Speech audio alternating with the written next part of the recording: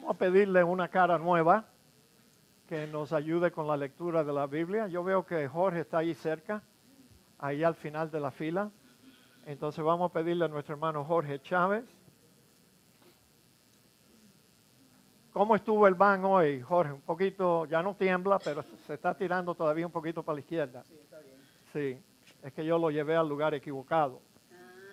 Ay, Andino, cuánto yo te extraño. De veras. Andino se retiró.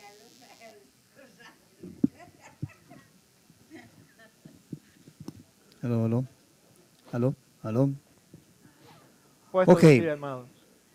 Hebreos capítulo 1, versículos 1 al 4. Y dice así: Dios, habiendo hablado muchas veces y de muchas maneras en otro tiempo a los padres por los profetas, en estos postreros días nos ha hablado por el Hijo, a quien constituyó heredero de todo y por quien asimismo hizo el universo, el cual, siendo el resplandor de su gloria y la imagen misma de su sustancia, y quien sustenta todas las cosas con la palabra de su poder, habiendo efectuado la purificación de nuestros pecados por medio de sí mismo, se sentó a la diestra de la majestad en las alturas, hecho tan superior a los ángeles cuanto heredó más excelente nombre que ellos. Amén. Gracias, Amén. Jorge. Oremos, hermano. Padre, gracias te damos por tenernos aquí reunidos. Oramos por todos los enfermos que están en nuestro boletín, pidiéndote, oh Dios, que tú les ayudes a recuperarse. Oramos por nuestra hermana Lili, especialmente, Señor, y te pedimos que tú la acompañes en el viaje que ella va a hacer con su esposo y tráela de nuevo con bien a nosotros y que ella pueda seguir su tratamiento hasta que llegue a restaurarse totalmente de su enfermedad. Te pedimos que nos ayudes a comprender lo que leímos ahora, lo que Jorge nos leyó. Queremos aprender más de ti y queremos aprovechar de las verdades en esta epístola al máximo, Señor. Así que ayúdanos. Te pedimos, oh Dios, todo esto en el nombre de Cristo Jesús. Amén. Amén.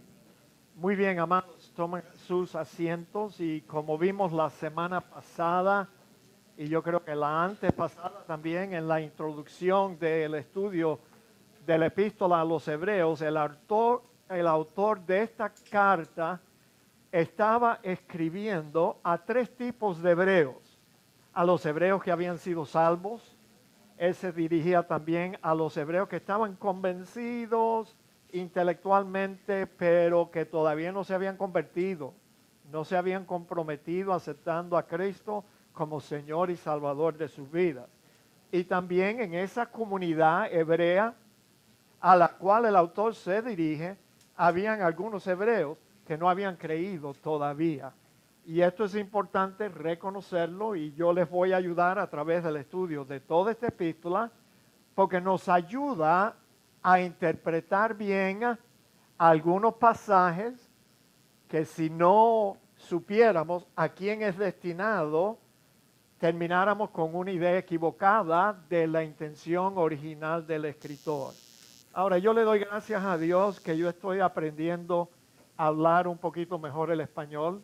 La hermana, varios hermanos aquí, la hermana Almaluz y la hermana Elizabeth y otros más, cuando me oyen decir una palabra en el español mal hablada, que es a menudo, ella me dice, pastor, no se dice destinarios, sino destinatarios, ¿cierto?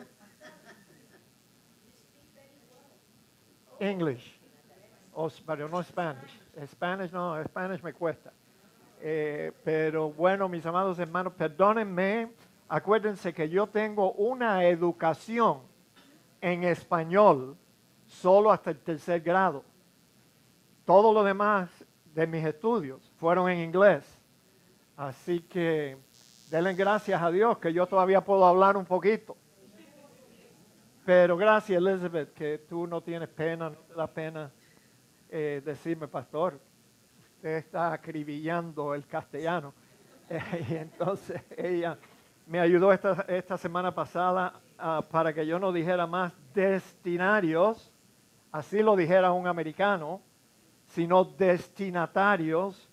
Y todos los destinatarios originales de esta epístola eran o estaban, mejor dicho, afrontando la tentación de retroceder para refugiarse de nuevo en el judaísmo que ya ellos habían abandonado cuando creyeron en Cristo. Y ellos estaban tentados a hacer eso para escapar de la horrenda persecución que había comenzado en Roma, pero que ya se estaba extendiendo por todo el imperio romano. Y después de todo, estas personas eran hebreos. Hebreos por raza, judíos por la religión que ellos antes practicaban. Pero yo no sé, por ahí se dice que los hebreos tienen una nariz un poco pronunciada, diferente a la demás gente. No sé si eso es verdad. But yo he oído que you can tell a Jewish person by his nose. No sé si será verdad. Pero anyway, será la comida que ellos comen allá en Medio Oriente o el aire libre que ellos respiran, yo no sé. Pero anyway, ellos eran hebreos, entonces ellos dijeron, bueno, mientras que están persiguiendo a los cristianos, vamos a convertirnos de nuevo en hebreos, practicando la religión judaica en la sinagoga, en el templo y todo. Y así, bueno, que maten a los cristianos y así nosotros escapamos de esa persecución. Bueno, mis amados, el estudio de esta epístola nos va a ayudar a nosotros aquí en la Iglesia Bautista en Cristo, para prepararnos para la gran persecución que se avecina. O sea, ya se ven las nubes de esa tormenta, se avecinan. Y entonces por las cosas que están pasando en el mundo y en la política del mundo, se avecina. La iglesia está durmiendo. Por lo general, gran parte de la iglesia están durmiendo. Pero no los miembros de la Iglesia Bautista en Cristo. Caramba. Si usted lo agarra de sorpresa, de que la iglesia va a tener que afrontar la tribulación más aguda que nunca se ha visto y nunca más se verá, si lo agarra usted de susto es porque usted recibió una mala información y no la quiso soltar para creer en lo que nosotros creemos aquí en nuestra iglesia. La iglesia va a estar en el meollo de la gran tribulación. Y bueno, nosotros en esa época que se avecina, también vamos a ser tentados, fíjate. Igual que estos hebreos fueron tentados, nosotros vamos a ser tentados. Bueno, si están persiguiendo a la gente que no está de acuerdo con el gobierno mundial y no quiere ponerse la marca, yo me la pongo. Y así me escapo de la tribulación que viene, la persecución. ¿Cuántos de ustedes se van a poner la marca? No te la vayas a poner, porque si no yo voy a tener que visitarte a ti en el infierno. Lee y entiende el capítulo 17 del libro de Apocalipsis. Te pones esa marca y tú te condenas.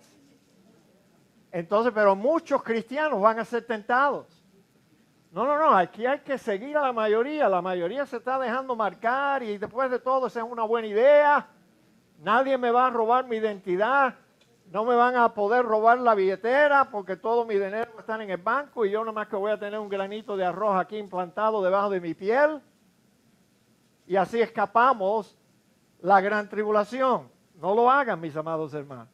Ay de nosotros, dijo el autor de Hebreos, si descuidamos una salvación tan grande. Eso se lo dijo a los tres tipos de hebreos. Ahora, el autor confronta esta situación que ellos estaban afrontando, señalándoles la superioridad de Cristo. Cristo es superior a todo lo que ellos habían tenido antes en el judaísmo. Jesús es superior en todo sentido a todo, mis amados hermanos, de lo que existe en este mundo. Fíjate, él comienza diciendo que Jesús es superior a todos los profetas de la antigüedad. Dios, habiendo hablado muchas veces de muchas maneras en otro tiempo a los padres por los profetas, en estos postreros días nos ha hablado por el Hijo, a quien constituyó heredero de todo y por quien asimismo hizo el universo. Fíjate, el autor dice que Dios había hablado muchas veces y de muchas maneras. ¿De qué maneras habló Dios al pueblo hebreo en el antiguo pacto antes de que Cristo viniera? Bueno, sabemos que Él le habló a Abraham, el padre de los hebreos, en una zarza ardiendo. Fíjate para eso, la zarza estaba ardiendo en fuego, pero no se consumía. Y Dios le habló allí a Abraham.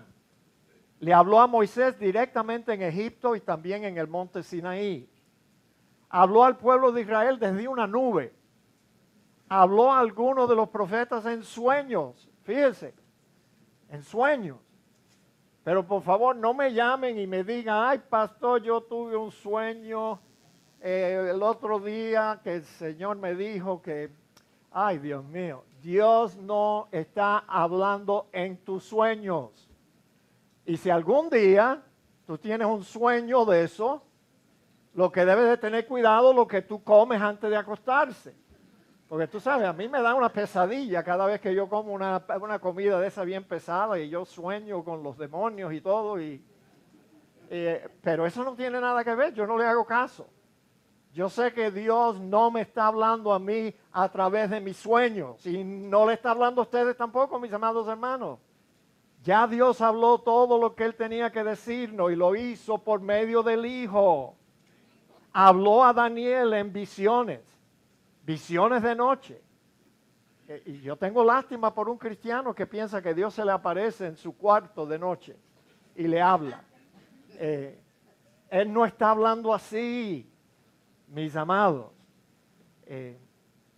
Habló a Daniel en visiones utilizando figuras. ¿Se acuerdan? La estatua con 3 partes distintas de materiales. Le habló a través de ángeles que comunicaban a veces el mensaje de Dios. Habló a través de prodigios. Por ejemplo, cuando partió el Mar Rojo. Qué cosa más, qué liberación, qué salvación más grande para esos hebreos. Y habló también a través de la inspiración de algunos profetas. Dios habló a su pueblo por medio de ellos. Pero la clave en el pasaje es que Dios hizo esto en otro tiempo.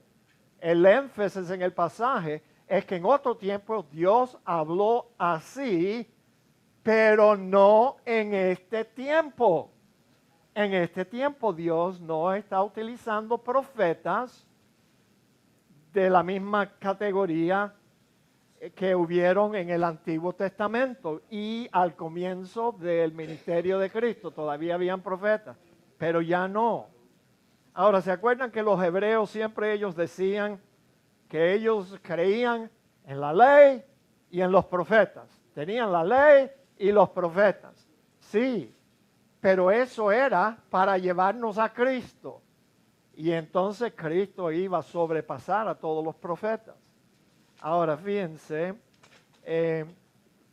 cuando Él dice que le habló a los padres por los profetas, los padres es una referencia a los antepasados, hebreos, israelitas, le habló a los padres, los antepasados, pero ahora ya no en este tiempo.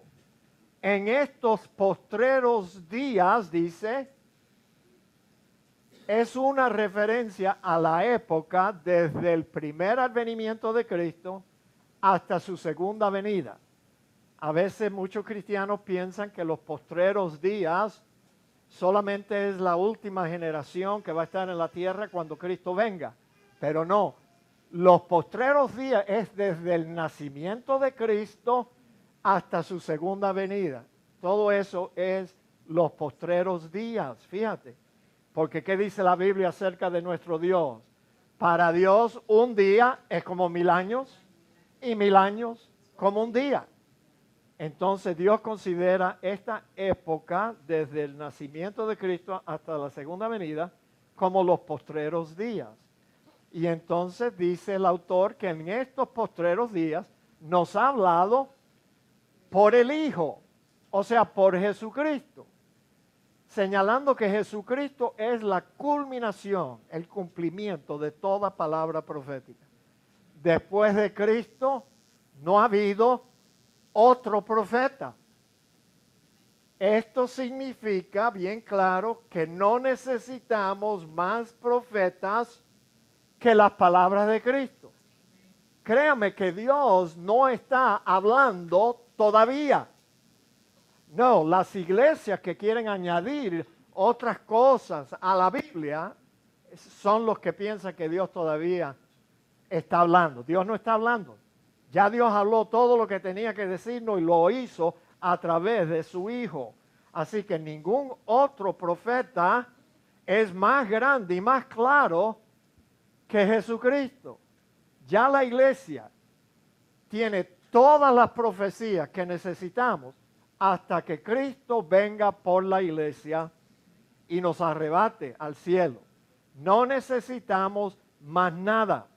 Fíjense, Pedro, porque no os hemos dado a conocer el poder y la venida de nuestro Señor Jesucristo siguiendo fábulas artificiosas. Ahora pregúntese, cuando Pedro dice aquí que ellos no dieron a conocer la venida de nuestro Señor Jesucristo, ¿qué venida? ¿La primera o la segunda? ¿Qué dicen ustedes?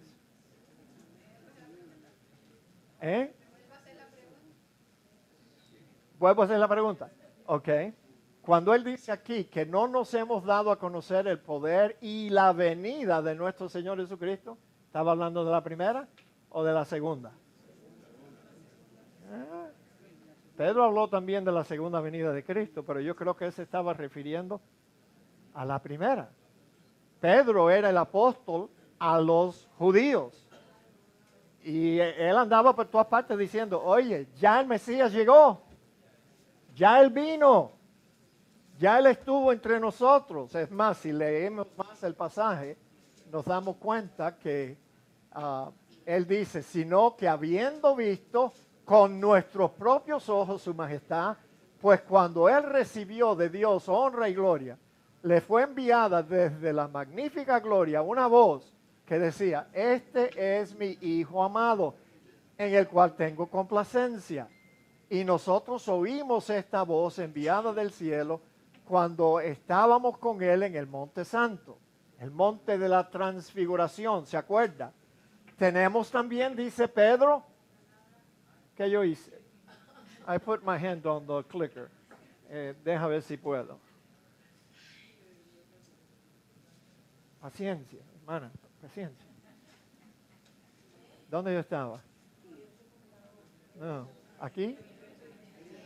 Tenemos también, perdónenme, deja ponérmelo en un lugar donde yo sepa dónde está. Tenemos también la palabra profética más segura. ¿Qué palabra es esa? La palabra de Dios, a la cual hacéis bien estar atentos como una antorcha que alumbra en lugar oscuro hasta que el día esclarezca y el lucero de la mañana salga en vuestros corazones. Entendiendo primero esto, que ninguna profecía de la Escritura, ¿se dan cuenta que él estaba hablando? La palabra profética más segura es lo que está en las Escrituras.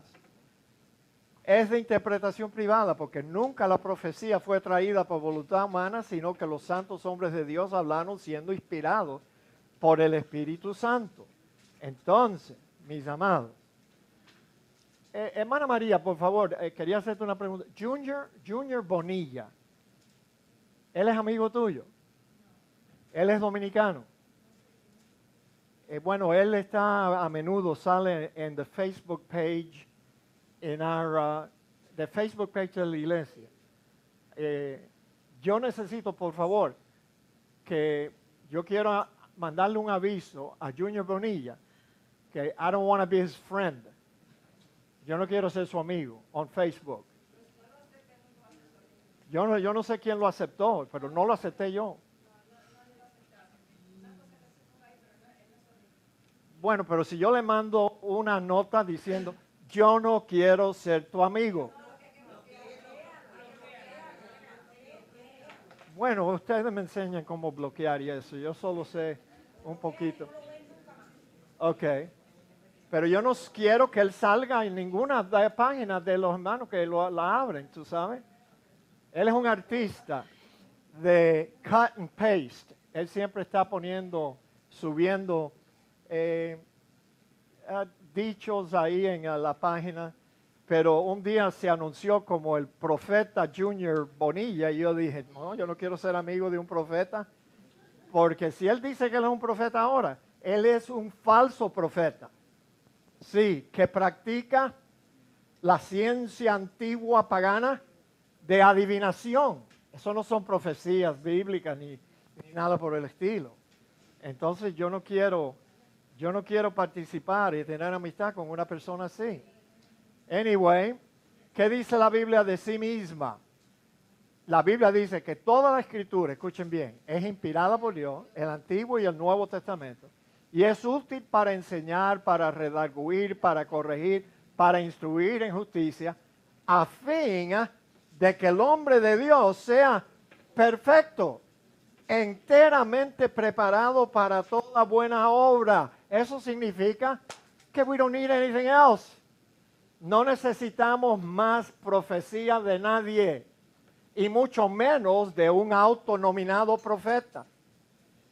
No me interesa sus profecías de nadie. Ahora, fíjense, aquí John MacArthur está citando a Sinclair Ferguson, y Sinclair Ferguson estuvo citando a John Owens, que escribió un libro titulado Man and His Theology, y ahora lo estoy citando yo de John MacArthur. Pero fíjate lo que dijo este hombre. Si pudiéramos conseguir revelación directamente de Dios, es psicológicamente inevitable que encontráramos menos entusiasmo para el estudio serio de la Biblia. No, es más fácil decir, habla a Dios que tu siervo escucha. Tú sabes, eso es más fácil que meterse en la Biblia y estudiar las profundas verdades en ella, que a veces hay que hacer como hace la gallina, rascar un poquito y hasta que lleguemos a la parte buena, mis amados hermanos. Pero no, si Dios está hablando todavía, ¿para qué vamos a estudiar la Biblia? Vamos a escuchar las voces de los profetas. Ahora, el autor no solo dice que Jesucristo es el más grande de todos los profetas que han habido, sino que dice que Él es el creador del universo. Fíjate, Dios habiendo hablado muchas veces y de muchas maneras en otro tiempo a los padres por los profetas, en estos postreros días nos ha hablado por el Hijo, a quien constituyó heredero de todo y por quien asimismo hizo el universo. Y tú, Señor, en el principio fundaste la tierra, y los cielos son obra de tus manos. O sea, Jesucristo, fíjate si Él es grande, superior, que Él fue el creador de este vasto universo. Todo lo que hay fue creado por Él y fue creado para Él. Ahora, cuando uno habla de crear algo, significa de producir algo de la nada.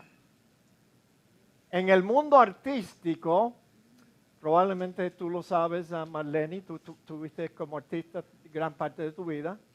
En el mundo artístico se dice que el artista creó una canción o creó una obra de arte, pero sería mejor decir que él la formó, la hizo, la pintó o la diseñó. Realmente no podemos decir que un artista creó una obra de arte.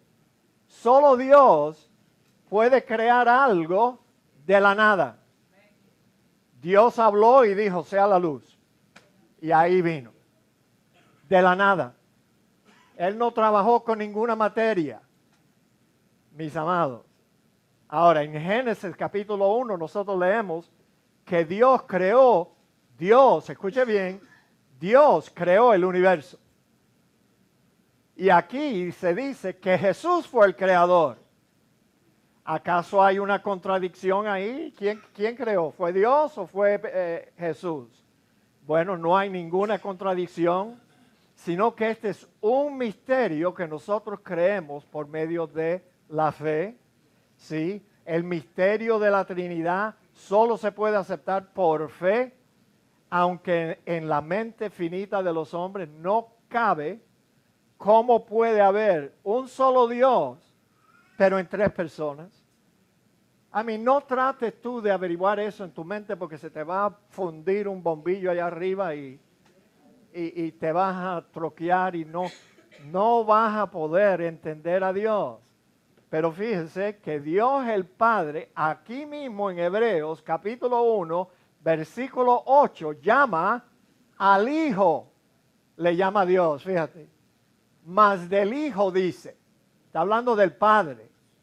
Y el Padre dice del Hijo, tu trono, oh Dios, por el siglo del siglo, cetro de equidad, es el cetro de tu reino. Una vez una muchacha jovencita, tenía que haber estado en middle school, una muchacha, su madre era testigo de Jehová, pero de hueso colorado. Y entonces la niña un día me oyó hablar así, algo parecido, y la niña me pregunta, ¿cómo puede Dios ser padre e hijo al mismo tiempo? Ella pensó que me había hecho una pregunta que me iba a me iba a trabar, enredar en esa pregunta y yo no iba a saber qué decirle. Pero yo me acordé en ese instante lo que mi pastor decía cuando alguien le hacía una pregunta así. Mi pastor decía que un Dios totalmente entendido y comprendido por la mente finita del hombre deja de ser Dios. Y esa fue la forma que yo le contesté a esa niña. ¿Y sabe qué? Se cayó la boca. No me molestó más. That's it. ¿Tú me entiendes? Si tú piensas que tú vas a tener, como dicen los testigos de Jehová, un conocimiento exacto de Dios, el Dios de los testigos de Jehová ya no es Dios, ya no es el Dios de la Biblia, porque Él es incomprensible. Lo único que nosotros conocemos de Él son las pocas cosas que Él decidió revelarnos a través de su Hijo. Pero Él no se puede entender con una mente humana. No way. Ahora, es una maravilla para todos nosotros pensar que Dios creó el universo y nos creó a todos nosotros. Y al principio, escuche bien lo que estoy diciendo, al principio Dios creó una especie de criatura con la capacidad de rebelarse contra Él. Fíjate que si el amor de Dios es grande, que en el principio, déjenme definir a lo que yo me refiero, en el principio, cuando creó a Adán y Eva, y le dijo, Adán, tú puedes comer aquí de todo lo que te guste, pero del árbol de la ciencia del bien y el mal no podrás comer, porque de cierto te digo que el día que tú comas de ese fruto, de cierto morirás. Y Dios había formado a Adán y a Eva, un poquito más débil,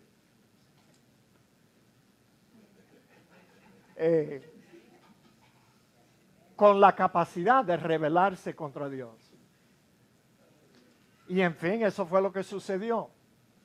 Eva cayó primero en el engaño y después ella también logró que Adán cayera y se rebelaron contra Dios. ¿No hubiera sido mejor, yo digo, que Dios nos hubiera creado como robots, programados solamente para hacer su voluntad? y que no nos pudiéramos desviar ni un tantico, como dicen los puertorriqueños, ni un tantico, ni a la derecha ni a la izquierda, hubiera sido mejor. Pero le plació a Dios crear un ser humano y le dio libertad. Pero esa libertad terminó con Adán y Eva, yo quiero que tú lo sepas. Se perdieron una clase, yo creo, bastante buena. Me di cuenta que los miembros de la Iglesia Bautista en Cristo son unos teólogos excelentes. Hombres y mujeres. La primera que contestó fue a María Lara, pero ella siempre es la que contesta primero. Pero casi siempre tiene la respuesta correcta. Yo le pregunté a los hermanos, muéstrenme un pasaje en el Nuevo Testamento que diga que el libre albedrío no existe. Y ahí empezaron. Lala fue la primera. Carmen mencionó al coro de los teólogos de la Iglesia Bautista en Cristo. Gerardo le puso la tapa al pomo. Benjamín también aportó. María Cartagena y la hermana Dominga Mercedes también aportaron. No sé si me olvido de alguien más, pero enseguida buscaron en la Biblia. Aquí lo dice, pastor. Aquí lo dice, pastor. El libre albedrío no existe. Después de la caída de Adán y Eva, el libre albedrío no existe. Porque el hombre quedó esclavizado por una naturaleza pecaminosa, caída, que lo imposibilitó regresar a Dios. ¿No sabías tú que eso es el retrato que Dios nos da de Adán y Eva después de la caída? Ustedes han oído este versículo muchas veces. Dios dijo, ok, ellos han decidido desobedecerme. Ahora, para que no regresen aquí y coman del fruto de la vida, porque Dios supo que si ellos pudieran entrar en el huerto y comer del fruto del árbol de la vida, ellos iban a recuperar lo que ellos habían perdido en la caída. Pero como Dios no quiso, la Biblia dice que Dios los echó a los dos del huerto, los botó para afuera. Y para asegurar de que no pudieran entrar, puso 2 ángeles de alto rango ahí en la puerta del huerto. Y para que no se le ocurriera a Adán a conspirar con Eva, tú sabes, ellos hubieran conspirado. Bueno, Eva, yo le doy un palo en la cabeza al ángel en la derecha y tú le das un palo al ángel en la izquierda y entramos corriendo al medio del huerto y ahí está el árbol de la vida y comemos. ¿No sabía usted que los ángeles son mucho más poderosos que un ser humano? Ellos no iban a poder, tú sabes, conspirar, hacer una tontería así. Pero tú sabes algo más que Dios hizo. Él puso una espada ardiendo que le daba vuelta al árbol de la vida. Así que supónganos que agarraron a los 2 ángeles esos durmiendo una noche.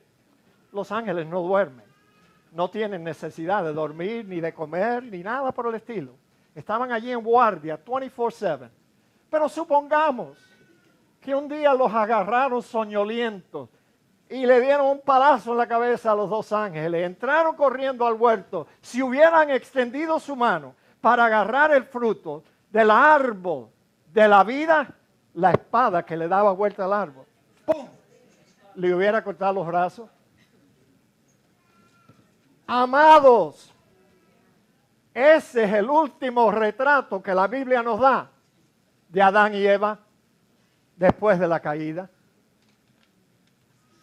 Cuando Dios los sacó del huerto, Adán y Eva pudieron haberse puesto de acuerdo. En esto sí se podían poner de acuerdo. Adán le pudo haber dicho a su amada esposa, mira qué lío tú nos has metido, Eva. Anyway, ¿Para dónde tú quieres coger ahora, Eva? ¿Quieres ir para allá? ¿O para aquí derecho? ¿O quieres ir para allá? Ellos eran libres para escoger, tomar una decisión así. Podemos ir para allá o para allá. Despierten, amados hermanos. Lo único que ellos no podían hacer, ir para atrás. No podían. No te digo que el libre albedrío es un invento que nació allí en el huerto del Edén, allí mismo, con la mentira de Satanás hecho serpiente, cuando le dijo a Eva, ¿con qué Dios ha dicho, Eva, que tú vas a morir? Tú no vas a morir, sino que Dios sabe que cuando tú comas ese fruto del árbol de la ciencia del bien y el mal, tú vas a saber lo que es bueno y lo que es malo. Y entonces tú vas a poder escoger entre lo malo y lo bueno. Y esa idea le agradó a la mujer. Oh, pues sí. Claro que sí. Yo quiero ser igual a Dios y yo quiero escoger entre lo malo y lo bueno. Y yo te aseguro, Adán, que yo voy a escoger siempre lo bueno. Ajá. Y entonces, el engaño de Satanás fue que no les dijo a esa pareja, oye, lo único que tú vas a poder escoger si tú comes de ese fruto prohibido es escoger ser más mala o menos mala. Pero nunca vas a poder hacer lo bueno delante de Dios. De allí, ese día en el huerto, nació la idea que el hombre es libre para escoger entre lo bueno y lo malo y hacer lo bueno. De allí nació el libre albedrío. Ahora, la primera vez que yo escuché a alguien enseñarme a mí acerca del libre albedrío, ¿tú sabes dónde yo lo aprendí? Perdónenme, yo tengo que enseñar lo que es verdad. Fue en la religión católica. Cuando yo era un niño en catecismo, me comenzaron a inculcar de que el hombre tiene libre albedrío y es capaz de escoger a Dios cuando Él quiera, puede creer o no creer, puede obedecer o no obedecer, puede aceptar o rechazar a Dios cuando quiera. Yo oí eso por primera vez en la religión católica romana. Ahora, la religión católica romana, desde el tercer siglo hasta el quinto siglo, ellos controlaban lo que los cristianos podían creer. Porque la Biblia no estaba escrita en el idioma del vulgo, de la gente, sino que solamente estaba escrita en hebreo, griego, unas cuantas partes en arameo y en latín. Y nadie hablaba latín, nada más que los curas. Entonces la iglesia le decía a los feligreses, cierra tus ojos y aprende de mí y sigue las enseñanzas de la iglesia madre y nosotros te decimos que el hombre tiene la habilidad de creer o no creer, obedecer o no obedecer, aceptar o rechazar. Y entonces, eso es lo que la iglesia cristiana creía. Pero señores, 500 años atrás, en 2017, se cumplieron 500 años de la reforma de la iglesia. Y entonces, algunos reformadores Dios utilizó para traer la Biblia en los idiomas del vulgo. Y por ese tiempo también, por obra y diseño de Dios, se inventó la imprenta. tú sabes, una imprenta rudimentary, no como un Xerox machine que tenemos ahora, pero la imprenta. Entonces tradujeron la Biblia en los idiomas que la gente sí podían comprender. Y entonces los reformadores, el primero fue Martín Lutero. Oye, un sacerdote católico que en su estudio de las Escrituras se dio cuenta, oye, esto no es así como la iglesia enseña, sino que la iglesia enseña que esto es así y la Biblia enseña que es así, lo opuesto. Entonces Dios utilizó un grupo de hombres, entre ellos Juan Calvino, también uno de los reformadores escocés,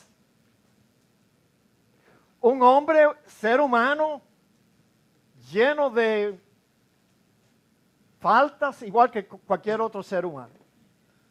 Ahora, yo no puedo decir eso delante de el pastor Arsafat Braithwaite, porque un día salió de mi boca. Bueno, después de todo, Calvino era un ser humano y él, tú sabes, no era perfecto.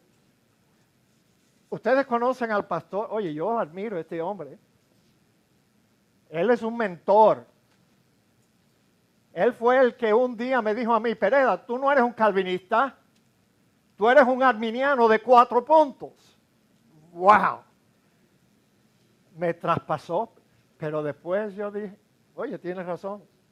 Si tú no aceptas los 5 puntos que los estudiantes de Juan Calvino, no fue él, fueron los estudiantes de Juan Calvino después que murió Calvino, decidieron que ellos iban a escribir lo que ellos habían aprendido de su maestro. Y entonces they came up con 5 puntos, que eran los 5 puntos que enseñaba Calvino, Martín Lutero y otros reformadores, que hoy se conoce como con el acróstico TULIP, Total Depravity. Unconditional grace or election, whatever. I forget. Yo no puedo ya recordar los significados de ellos. Tú sabes. Martín Lutero y Calvino se dieron cuenta, y otros más, se dieron cuenta que el hombre no era salvo por su propia voluntad, sino que el ser humano había quedado esclavo de su naturaleza pecaminosa. ¿Quiere que te diga lo que eso es? Y con esto voy a terminar. Supongamos que tú hubieras nacido un chancho. Ya yo aprendí a hablar en Honduras. Supongamos que tú hubieras nacido como un chancho. Los cubanos, pocos cubanos aquí, un puerco, un cochino, porque mira que son cochinos los chanchos esos. Y tú andabas por todas partes comiendo hierba, comiendo tierra, comiendo raíces de los árboles y todo. Cochino, sí. Sí, pero después de cocinado es un lechón asado, ¿no? Ok. All right. Entonces, fíjate, ¿tú crees que un día un chancho se va a levantar una mañana y va a decir, ay, yo quiero ir a una iglesia? Yo hoy me voy a bañar bien, me voy a perfumar y voy a usar desodorante y perfume y yo voy a ir a la iglesia bautista en Cristo porque yo quiero ser salvo. ¿Tú crees que un chancho con una naturaleza de un puerco un día le van a hacer en su corazón venir a esta iglesia? I doubt it. Yo lo dudo. ¿Se dan cuenta, mis amados hermanos? Ahora díganme, todos nosotros que éramos chanchos en este mundo perdido, ¿Cómo rayo entonces se te ocurrió a ti un día decirle que sí a Jesús? ¿Con qué? No me digas que fue con tu inteligencia. Porque le plació a Dios revelar esta salvación no por medio de la sabiduría humana. No. Entonces lo que te estoy tratando de llegar a entender es que nosotros hoy estamos salvos. Por Él. Por Él. Y lo peor que un cristiano puede hacer es retroceder a creer como un buen católico que no, yo puedo creer cuando a mí me da la gana y puedo rechazar también. Sería la injusticia más grande, el pecado más grande para un cristiano tratar de tomar crédito por algo que Dios hizo en su vida. Cuando lo llamó a Cristo con un llamado eficaz, cuando le mostró su gracia irresistible, señores. Y les habla un hombre que resistió la gracia de Dios y la oferta del Evangelio muchos años. Pero el día que le agradó a Dios revelar a su Hijo en mí, yo tuve que decirle que sí. Porque después de todo, el apóstol, gran apóstol Pablo dijo, ¿y qué hombre puede resistir la voluntad de Dios? Si Dios quiere que tú seas un cristiano salvo, ¿tú crees que tú le vas a decir a Dios que no? No, Dios, no me da la gana, no quiero. Cuando yo te necesite, yo te buscaré. Eso lo hice yo por muchos años. Hasta el día que a Dios le dio las ganas de revelar a su Hijo en mí. Ese día yo no pude decirle que no. ¿Qué te parece? Y así se salvaron todos ustedes. Quítense de su mente de que tú viniste a Cristo porque te dio la gana a ti y que tú lo escogiste a Él. Esta mañana, uno de los textos que un hermano nos dio, ¿quién fue el que me dio este texto? No me acuerdo ahora. El Señor esperó hasta lo último de su ministerio público para decirle a sus discípulos lo que ellos no eran capaces de creer todavía, y mucho menos si se lo hubiera dicho anteriormente a ese día, que ya estaba llegando al fin de su ministerio público. Usted puede leer esto en Juan. ¿Dónde está? Tú fuiste, hermano Ben. 15:16. Mateo. Ok, Mateo. ¿Tú sabes lo que Cristo le dijo a sus discípulos? Él les dijo, muchachos, yo no había tenido la oportunidad de decirles a ustedes esto porque ustedes no eran capaces de recibirlo, pero yo quiero que ustedes sepan que ustedes no me escogieron a mí, sino que yo los escogí a ustedes. Chew on that a while. Chew on that.